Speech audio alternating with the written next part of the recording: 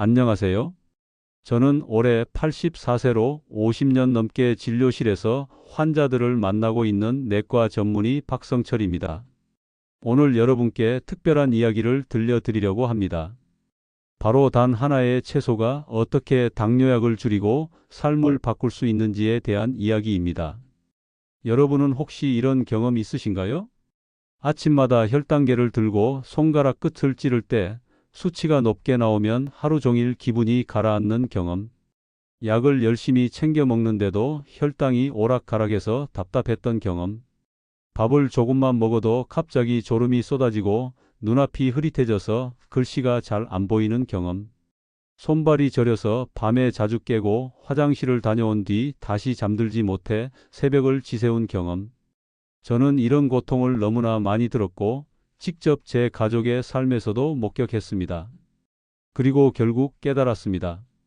약은 치료의 일부일 뿐이고 진짜 변화는 우리가 매일 먹는 음식에서 시작된다는 것을 말입니다. 먼저 김순자 할머니 이야기부터 들려드리겠습니다. 할머니는 올해로 76세로 20년 넘게 당뇨약을 드셨습니다. 처음엔 약 한 알로 시작했지만 수치가 안정되지 않자 두 알, 세 알로 늘었고 결국 인슐린 주사까지 권유받으셨습니다.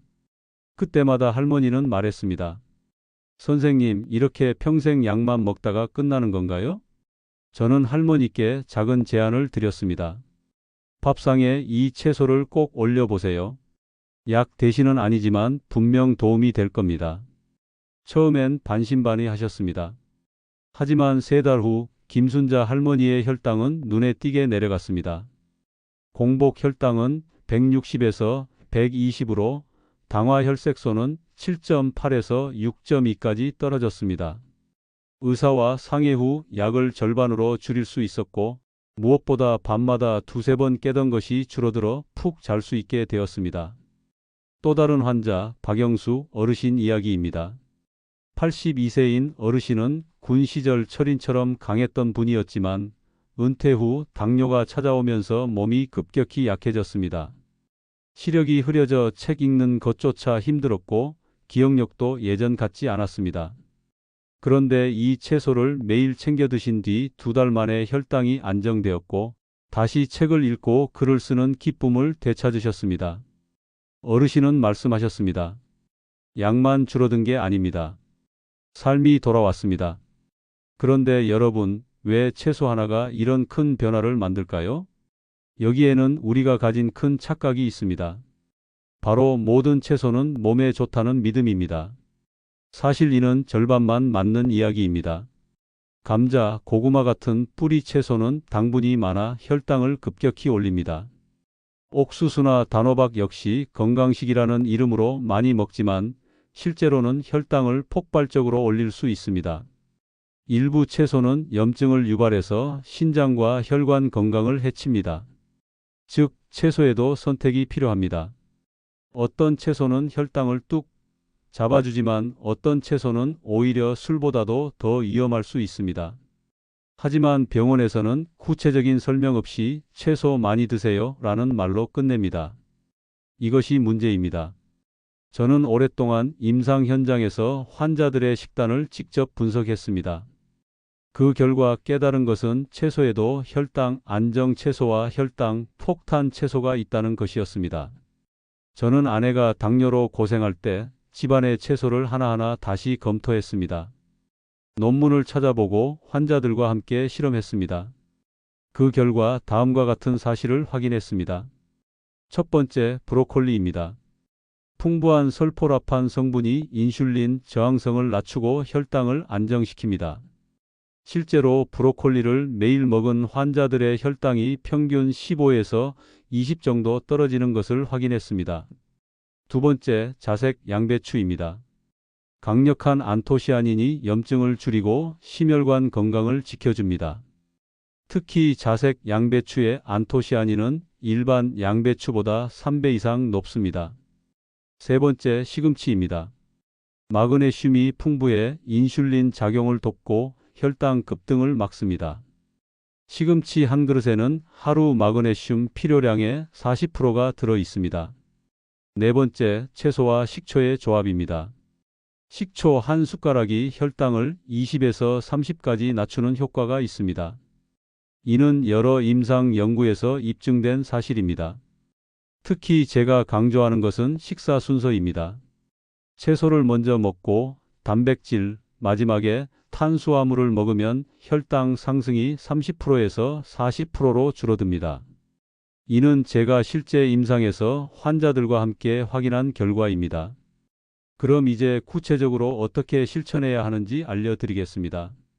제가 정리한 당뇨 뚝 채소 활용 10계명을 소개합니다. 첫 번째, 아침 식탁에 브로콜리 한 줌을 올려보세요. 삶아서 먹어도 좋고 살짝 볶아서 먹어도 좋습니다. 두 번째, 자색 양배추는 생으로 샐러드로 드세요. 식초와 함께 먹으면 효과가 배가 됩니다. 세 번째, 시금치나 나물류를 매일 한 끼 이상 드세요. 된장국에 시금치를 넣어도 좋습니다. 네 번째, 밥 전에 채소를 먼저 드세요. 이것만으로도 혈당 상승을 크게 막을 수 있습니다. 다섯 번째, 채소와 식초 조합을 적극 활용하세요. 오이 무침, 콩나물 무침에 식초를 더 넣어 보세요. 여섯 번째, 단백질과 채소를 함께 드세요. 고기나 생선과 함께 먹으면 혈당 안정에 더 좋습니다. 일곱 번째, 뿌리 채소는 적당히 드세요. 감자, 고구마는 혈당을 올리므로 양을 조절해야 합니다. 여덟 번째, 채소는 다양하게 색깔 있게 드세요. 여러 색깔의 채소를 골고루 먹으면 영양소를 다양하게 섭취할 수 있습니다. 아홉 번째, 저녁보다는 아침과 점심에 채소를 더 많이 드세요. 저녁에는 소화 부담을 줄이는 것이 좋습니다. 열 번째, 꾸준함이 약보다 강합니다. 하루 이틀이 아니라 매일 꾸준히 실천하는 것이 중요합니다. 이 10가지를 지키면 여러분도 혈당약을 줄이고 삶을 되찾을 수 있습니다. 김정수 어르신 이야기를 더 들려드리겠습니다. 79세인 김정수 어르신은 채소 먼저 먹기를 실천했습니다. 2달 만에 당화 혈색소가 7.5에서 6.3으로 떨어졌고 약을 절반으로 줄였습니다. 손발 저림이 사라지고 산책도 가뿐해졌습니다. 어르신은 말씀하셨습니다. 처음엔 귀찮았는데 이제는 습관이 됐어요. 채소 안 먹고 밥 먹으면 뭔가 허전해요. 이순옥 할머니는 81세입니다. 자색 양배추와 시금치를 꾸준히 드셨습니다. 6개월 만에 공복 혈당이 180에서 110으로 떨어졌습니다. 무엇보다 밤에 2~3번 깨던 습관이 사라지고 푹 잘 수 있게 되었다는 점이 가장 큰 변화였습니다. 할머니는 말씀하셨습니다. 양만 줄어든 게 아니라 삶의 질이 완전히 달라졌어요. 이제 손자들과 놀아줄 체력도 생겼어요. 저의 아내 역시 인슐린 주사를 피할 수 있었습니다. 지금도 매일 아침 브로콜리와 양배추를 곁들인 식사를 합니다. 그녀는 말합니다. 당뇨는 평생 가는 병이라고 하지만 습관을 바꾸면 함께 살아갈 수 있는 병이에요. 여러분, 오늘 이야기 어떠셨나요? 당뇨는 평생 약만 먹으며 사는 병이 아닙니다. 매일의 작은 습관이 병을 다스립니다. 오늘부터 채소 하나만 바꿔도 삶이 달라질 수 있습니다. 혹시 여러분도 약만 늘어나고 삶은 점점 지쳐가는 경험을 하고 계신가요? 그렇다면 오늘부터 시작하세요. 밥상에 브로콜리 한 줌, 자색 양배추 한 접시, 시금치 한 그릇만 더해 보세요. 그리고 꼭 기억하세요. 밥을 먹기 전 채소 먼저. 오늘 영상이 도움이 되셨다면 구독과 좋아요 꼭 눌러주세요. 댓글로 다짐도 남겨주세요. 나는 오늘부터 어떤 채소를 매일 먹겠다는 약속을 남겨주시면 제가 기억하고 응원하겠습니다. 건강은 거창한 것이 아닙니다. 오늘의 작은 선택이 내일의 건강을 만듭니다. 여러분의 삶이 약에서 자유로워지고 활력이 가득한 노년으로 바뀌길 진심으로 응원합니다.